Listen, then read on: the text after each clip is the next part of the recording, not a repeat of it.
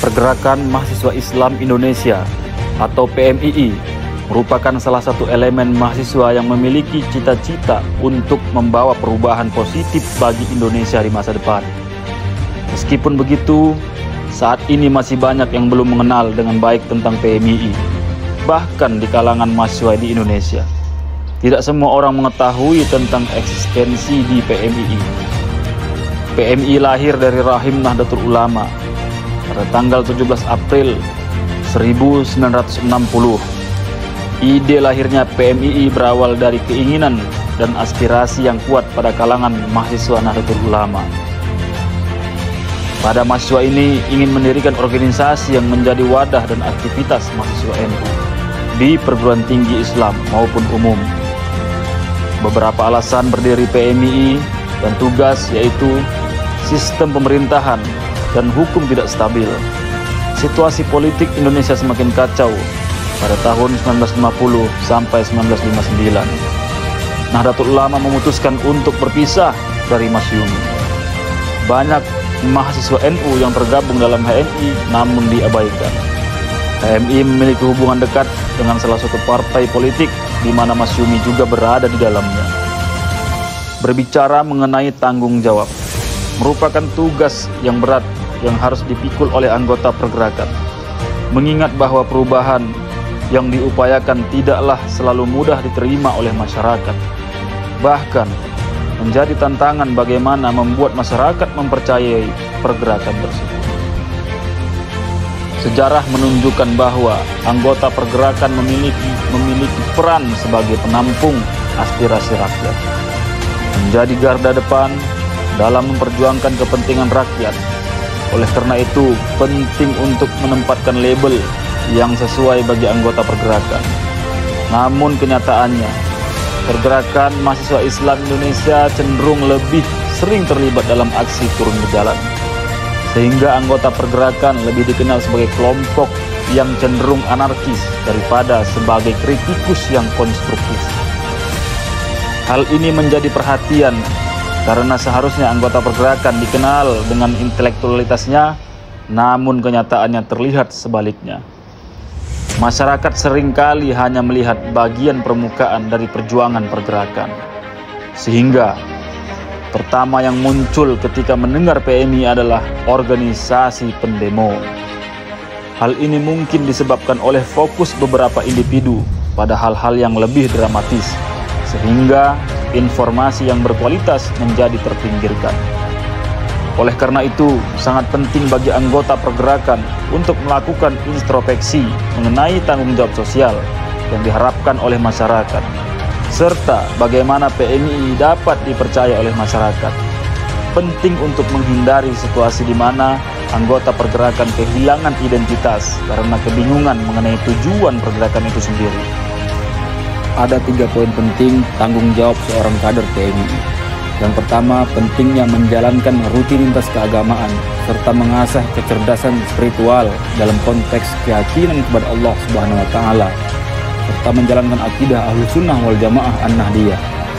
Yang kedua, kader PMI memiliki tanggung jawab untuk mengembangkan kecerdasan intelektual dengan mengembangkan literasi keilmuan dan intelektualitas agar dapat menyumbangkan gagasan-gagasan yang konkret dalam berkontribusi di tengah masyarakat. Dan yang terakhir, kader PMII diharapkan dapat mengasah kecerdasan emosional, yaitu dalam menjalin hubungan sosial horizontal antara sesama kader dan para alumni. Dalam perjalanannya, PMII terus memperjuangkan cita-cita kemerdekaan Indonesia yang tertuang pada tujuan PMII. Pertanyaannya sekarang adalah, apakah PMII saat ini masih bisa mengedepankan intelektualitas dalam pergerakannya atau malah sebaliknya? Sahabatku semuanya, sebentar lagi kita akan menghelat Kongres PMII. Tentunya gagasan dan saran sahabat Sunnah Sentara diharapkan dapat menjadikan PMII lebih baik ke depannya.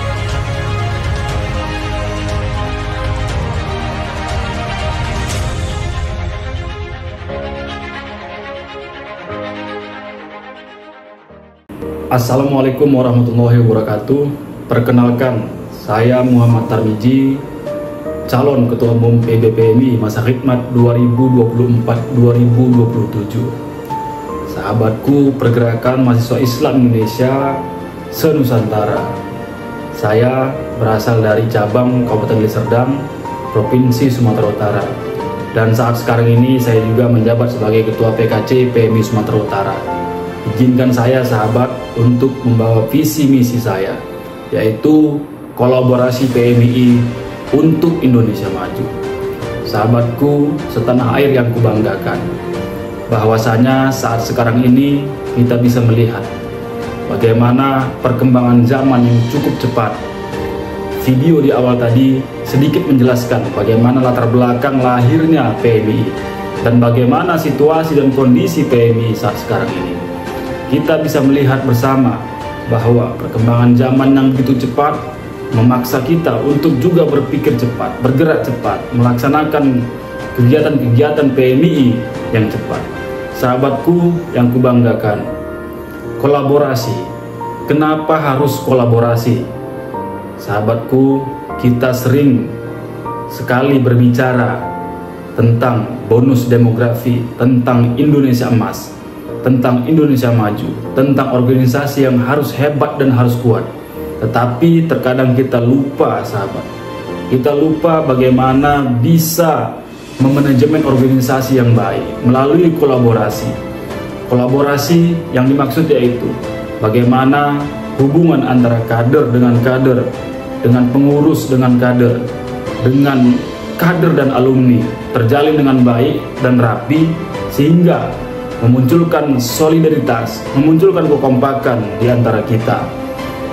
Untuk membentuk suatu organisasi yang baik, maka harus dilakukan kolaborasi. Kolaborasi yang saya maksud yaitu sahabat-sahabat PMI se-Nusantara pasti memiliki kemampuan dan keahlian yang besar. Kemampuan dan keahlian ini harus dipadukan, harus disatukan untuk menjadi satu kekuatan.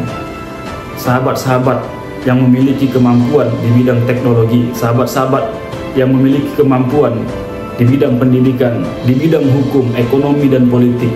Nah, ini harus berbagi dan berkolaborasi menjadi satu untuk membangun kekuatan pergerakan mahasiswa Islam Indonesia menuju bonus demografi dan Indonesia emas 2045. Sahabatku, selanjutnya misi yang saya bawa ada 3 fokus, yaitu yang pertama di bidang kaderisasi. Sahabatku, PMI se-Nusantara mulai dari Sabang hingga Merauke harus bisa merasakan kaderisasi yang sama. Kita ini kader, tidak ada pembatas, tidak ada sekat, tidak ada pembeda, maka kita harus bisa merasakan kaderisasi itu dengan jelas. Teruntuk atau terkhusus untuk pelatihan kader nasional, saya akan membuat sistem zonasi, yaitu zona 1 Pulau Sumatera, zona 2 Pulau Jawa, dan zona 3 Bali Nusra, zona 4 Pulau Kalimantan, zona 5 Pulau Sulawesi, zona 6 itu Pulau Maluku dan Pulau Papua. Yang insya Allah ketika saya terpilih, saya akan melakukan pelatihan kader nasional dengan sistem zonasi tersebut. Selanjutnya kaderisasi yang matang, kaderisasi yang mengintegrasikan kurikulum kewirausahaan yang relevan dengan kondisi saat sekarang ini. Sahabatku, tidak hanya berfokus untuk melakukan kaderisasi yang di dalamnya seperti yang kita ketahui bahwasanya materi-materi yang ada di kaderisasi baik itu PKD, PKL maupun PKN, tetapi harus ada upgrade, harus ada output yang jelas ketika melaksanakan pelatihan kader dasar, pelatihan kader lanjut, hingga pelatihan kader nasional. Harus kader-kader harus bisa melaksanakan rencana tindak lanjut atau yang biasa kita sebut dengan RTL. Itu kita fokuskan pada bidang kerusahaan, bidang perkembangan zaman yang saat sekarang ini kita hadapi. Sahabatku sekalian, yaitu juga saya akan melakukan tim khusus di bidang kaderisasi yang mengawal kader-kader kampus umum. Kita harus akui, kita harus pahami bahwa saat sekarang ini PMII masih besar di kampus-kampus Islam, tapi kita masih kurang di kader-kader di kampus-kampus umum. Nah, ini menjadi problem, menjadi masalah kita dari masa ke masa. Nah, program saya yaitu membuat tim kaderisasi yang mengawal langsung dan turun langsung ke kampus-kampus umum, memastikan sahabat-sahabat itu berproses dengan baik, melakukan follow up dengan baik, dan melakukan kaderisasi yang mudah, sehingga sahabat-sahabat di kampus yang belum PMII tertarik masuk PMII dengan sistem kaderisasi yang mudah, dengan catatan tidak pula merusak dan melanggar sistem kaderisasi yang telah berjalan. Sahabatku, selanjutnya misi saya yang kedua yaitu fokus di bidang peningkatan sumber daya manusia SDM kader PMII. Sahabat-sahabat sekalian yang kubanggakan, bahwasanya selama ini mungkin kader PMII dikenal hanya fokus di bidang politik, mungkin kebanyakan di bidang politik, atau mungkin saja di bidang Kementerian Agama. Tetapi itu harus kita bantah bersama, bahwasanya kader-kader PMII memiliki banyak kemampuan, memiliki banyak keahlian, tidak hanya berfokus di bidang politik, tetapi kita harus berfokus di bidang digital, ekonomi, hukum, mungkin maritim, pertanian, dan lain sebagainya. Nah, dengan apa meningkatkan hal tersebut? Bagi saya yaitu kita akan melakukan sekolah kader, yaitu sekolah kader bagi kader yang memiliki kemampuan dan keahlian di bidangnya. Kader-kader yang memiliki keahlian di bidang hukum, maka kita akan buat sekolahnya. Di bidang maritim, di bidang ekonomi, digital, teknologi, dan lain sebagainya, kita akan sediakan sekolah khusus untuk kader-kader tersebut, sehingga sahabat-sahabat ketika selesai jenjang S1, selesai kuliah, tidak ada pertanyaan besar sahabat-sahabat mau ngapain, dan sahabat-sahabat belum tahu apa keahlian dan kemampuan sahabat tersebut. Maka kita akan lakukan sekolah kader, dan ini mungkin tidak hanya dilaksanakan oleh PBPMI saja ke depan, tetapi pengurus PKC, pengurus cabang akan melaksanakan sekolah kader tersebut dengan berkolaborasi dengan para senior yang telah ahli di bidangnya, dan bisa juga kita kolaborasi dengan pemerintah setempat atau pemerintah daerah tersebut. Sahabatku sekalian, selanjutnya misi saya yang ketiga yaitu fokus di bidang kemandirian ekonomi organisasi. Ada dua cara yang akan saya lakukan. Yang pertama yaitu melakukan pendataan bagi kader-kader yang telah memiliki UMKM, usaha menengah ataupun kecil. Bagi sahabat-sahabat, saya yakin dan percaya bahwasanya sahabat di tingkat PKC, cabang, bahkan sampai rayon telah memiliki usaha menengah ataupun kecil. Nah, ini saat sekarang ini belum terdata sahabat-sahabat tersebut. Maka kita akan data, kita akan melakukan follow up kepada sahabat-sahabat tersebut, agar kita bisa mengetahui mana sahabat-sahabat yang telah memiliki usaha yang telah berjalan dengan baik. Maka sahabat-sahabat tersebut bisa memberikan edukasi, bisa memberikan ilmunya, mentransfer ilmunya kepada sahabat cabang yang lain agar termotivasi untuk memiliki usaha. Yang kedua yaitu mewajibkan sahabat-sahabat di tingkat PKC, cabang, ataupun komisariat ataupun rayon harus memiliki usaha menengah ataupun kecil. Ini harus kita mulai dari sekarang, sahabat. Organisasi yang kuat ketika ekonominya kuat. Maka ketika organisasi ekonomi kita kuat, maka organisasi PMII akan jauh dipertimbangkan ke depannya. Sahabatku sekalian yang kubanggakan, ini 3 program visi misi unggulan saya.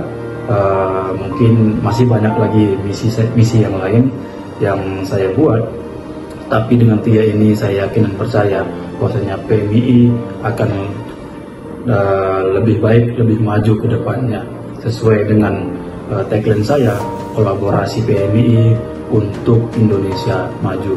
Sahabatku sekalian, ke depan atau sebentar lagi kita akan menghelat Kongres PMII ke-21 di Kota Palembang pada Agustus mendatang.